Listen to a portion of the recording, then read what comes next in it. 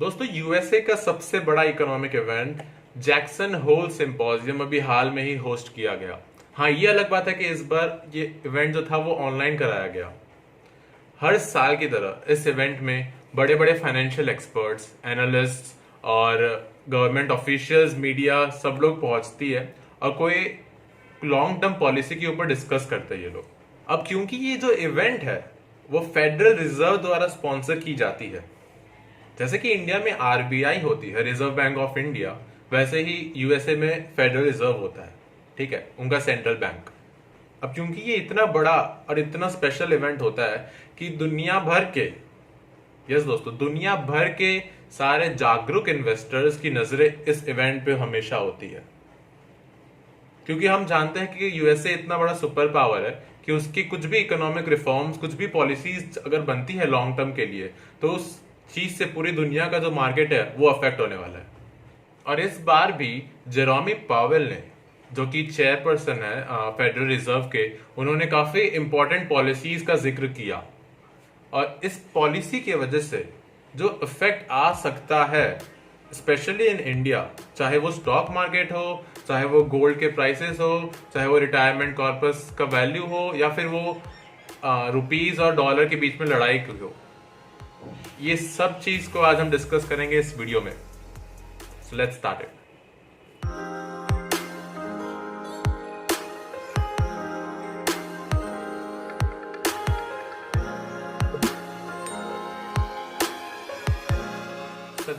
अगस्त को Economic times के द्वारा एक आर्टिकल पब्लिश किया गया, जिसमें अच्छे से उन्होंने कवरेज दी रखी है कि भाई जो सिंपोजियम हुआ उसमें क्या क्या हुआ।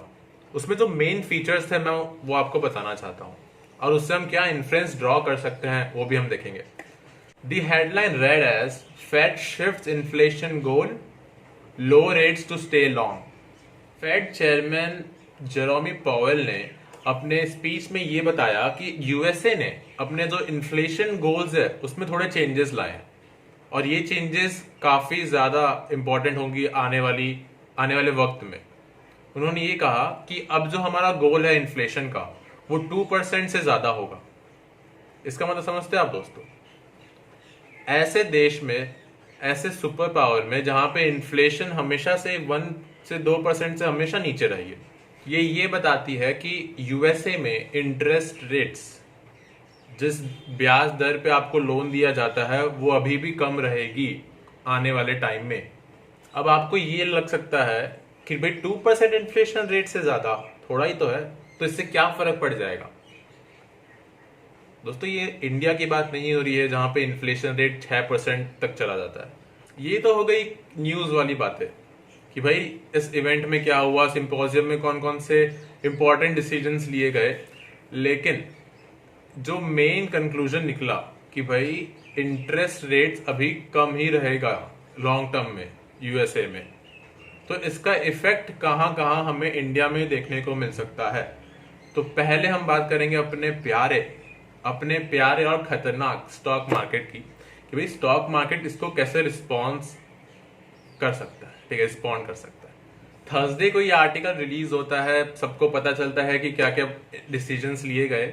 और फ्राइडे को जो बैंक निफ्टी है, स्पेशली जो मैंने है ना खुद एक्सपीरियंस किया, भाई 4% की तेजी बैंक निफ्टी में देखने को मिली, और बाकी ग्लोबल इंडाइसेस भी काफी तेज थे। तो ये तो हो गई धमाकेदार खबर फॉर द स्टॉक मार्केट। क्यों हुआ, क्यों रिएक्ट किया stock market? Give me some sunshine, give me some rain, give me another march for investment once again. दोस्तों, हम सबको पता है कि मार्च के बाद फरवरी मार्च में जो भारी गिरावट हुई स्टॉक मार्केट में, और वहां से जो बाउंस बैक हुआ स्टॉक मार्केट का, उसका जो मेन रीजन जो एनालिस्ट कहते हैं, वो एक तो है कि रॉबिनहुड इन्वेस्टर्स मतलब वो इन्वेस्टर्स जिन्होंने अपना डीमैट अकाउंट अभी खुलवाया, जैसे कि मैं, और वो लोग, इतने ज्यादा लोग आ गए नए इन्वेस्टर्स कि वही है ना, इनफ्लो बढ़ गया मनी का इनटू द स्टॉक मार्केट। दूसरा मेन रीजन जो लोग बोलते हैं, एनालिस्ट बोलते हैं, वो ये कि एफआईआईज इनफ्लो, कि भाई फॉरेन इन्वेस्टमेंट जो हो रही है इंडिया में, इंडियन स्टॉक मार्केट में, उसके वजह से इतनी ज्यादा लिक्विडिटी आ गई है, इतने ज्यादा पैसे भर भर के स्टॉक मार्केट में आ रहे हैं कि कोई चांस ही नहीं है कि स्टॉक मार्केट नीचे क्रैश हो। आप खुद ही सोचो, जब लोगों के पास पैसे हो और लोग इतने सारे अमाउंट में किसी चीज में इन्वेस्ट करेंगे तो ऑब्वियसली उस चीज की वैल्यू बढ़ेगी। बिल्कुल वैसा ही हुआ मार्च के बाद इंडियन स्टॉक मार्केट में।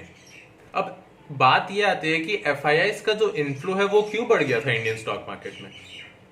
भाई इसीलिए क्योंकि स्टार्टिंग ऑफ द ईयर से ही यूएसए में जो इंटरेस्ट रेट्स है वो काफी कम कर दिए गए। जिस दर पे आपको ब्याज दिया जाए, जिस इंटरेस्ट पे आपको लोन दिया जाए, अगर वो बहुत कम कर दिया गया, 0.5 0.6% हो गया, तो आप खुद ही सोचो वहां के लोग ऐसा नहीं करेंगे कि उधर से लोन लेके आराम से उसको इन्वेस्ट करेंगे अलग अलग एसेट क्लासेस में, और उसमें से एक इंडियन स्टॉक मार्केट भी होगा।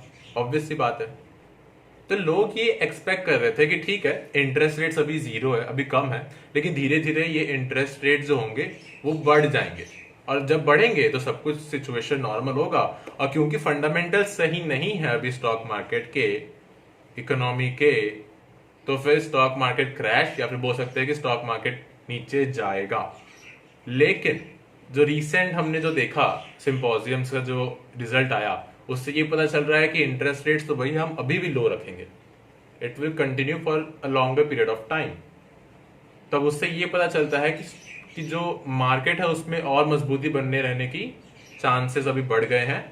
भाई निफ्टी पीई रेशियो हम के बारे में हम सब जानते हो, अगर आप नहीं जानते तो म्यूचुअल फंड वाली वीडियो है वो आप चेक कर सकते हो, उसमें मैंने अच्छे से एक्सप्लेन किया है कि निफ्टी पीई रेशियो क्या होता है। निफ्टी पी रेशियो अभी लाइफ टाइम हाई पे चल रही है, 32 33 के आसपास। दोस्तों इतना हाई पीई रेशियो का धज्जिया उड़ा दिया। भाई डेटा का कोई वैल्यू ही नहीं है पीई रेशियो का। क्यों? क्योंकि इतना एक्सपेंसिव होने के बाद भी जो मार्केट है वो ऊपर ही जाया जा रहा है, ऊपर ही जाया जा रहा है, ऊपर ही जाया जा रहा है। और इसका मेन रीजन, इसका जो मेन श्रेय है वो किसको जाता है? हमारे एफआईआईज को, जो हमारे फॉरेन इन्वेस्टर्स है उनको, जहां से पैसा भर भर के हमारे मार्केट में आ रहा है। और शायद ये जो रैली है वो कंटिन्यू हो सकती है या फिर होनी चाहिए, क्योंकि ये जो इंटरेस्ट रेट्स अभी भी कम होने वाली है। I hope you understand what I am trying to say. आइए बात करते हैं कि गोल्ड प्राइसेस पे क्या इफेक्ट होगा। लोगों ने जो गोल्ड अपने जेब में भर भर के रखे हैं उनकी वैल्यू का क्या होगा। जैसे ये न्यूज आई थी उसके एक दिन पहले गोल्ड ने डिप्रेशन दिखाया था थोड़ा, 1% का, 1% में गिरावट आई थी गोल्ड की प्राइस की। जैसे ही ये न्यूज आई उसके अगले दिन गोल्ड ने फिर से 2% का बाउंस बैक दिखाया। इसका मतलब ये तो समझ में आ रहा है कि भाई पॉजिटिव रिस्पॉन्स है from this news for the gold prices. अब वो क्यों है उसके बारे में हम बात करेंगे। जनरली ऐसा होता है कि जब स्टॉक मार्केट में पैनिक होता है, जब इकोनॉमी का फंडामेंटल सही नहीं होता है, तब गोल्ड के रेट्स बढ़ते हैं, क्योंकि जो इन्वेस्टर्स है वो एक सिक्योर जगह पे जाने की कोशिश करते हैं। तो आप देख सकते हैं थोड़ा इनवर्स रिलेशन है किसका? स्टॉक मार्केट, इक्विटी मार्केट का और गोल्ड का। लेकिन आप अगर ध्यान से देखें यहाँ पे, तो गोल्ड ने भी अच्छे से रिस्पॉन्स किया और मार्केट ने भी अच्छे से रिस्पॉन्स किया, और एनालिस्ट का भी मानना है कि दोनों के प्राइसेस अच्छे हैं, उनको होल्ड पे रखना चाहिए अगर आपके पास हो तो भाई ऐसा कैसे हो रहा है? सिंपल सा फंडा है, मैं आपको आसानी से समझाता हूं।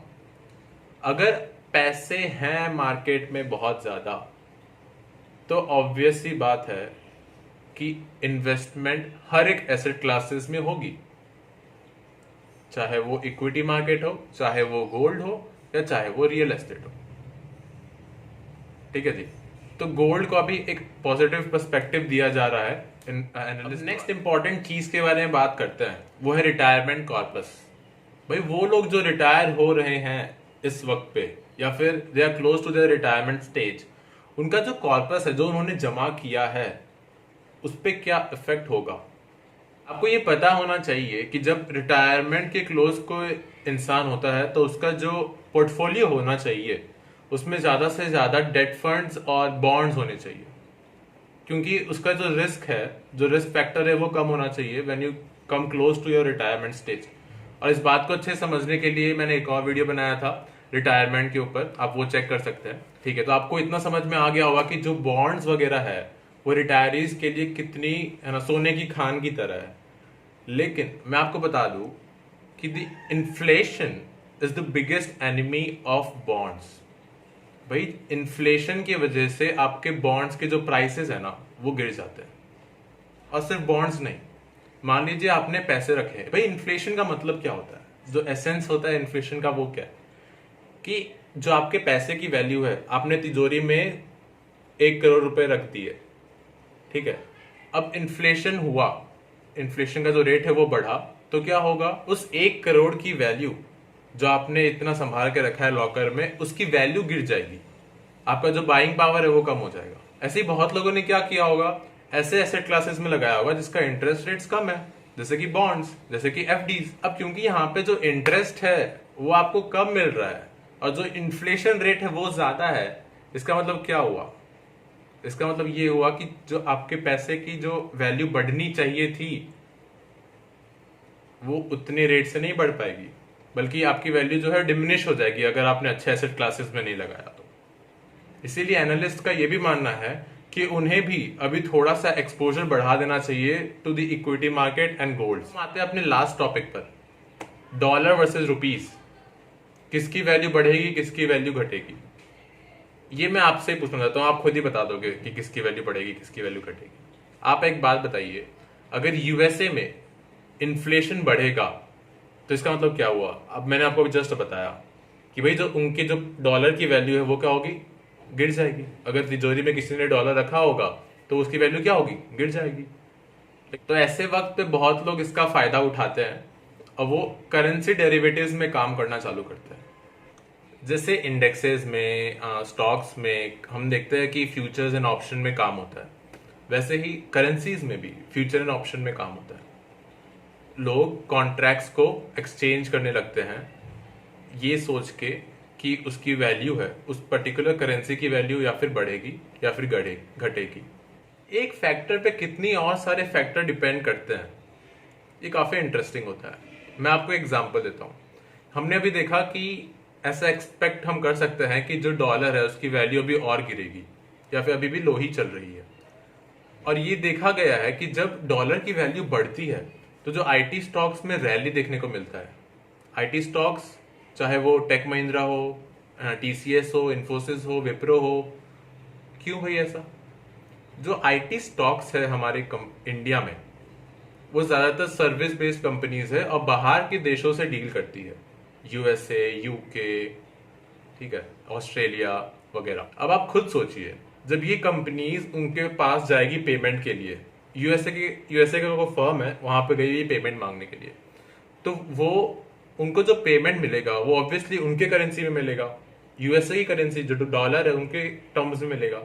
अब क्योंकि डॉलर की वैल्यू ज्यादा है, उनका जो इनकम होगा वो भी ज्यादा होगा, उसकी जो वैल्यू है उनकी इनकम की वैल्यू बढ़ जाएगी कंपेयर टू इंडियन रुपीस।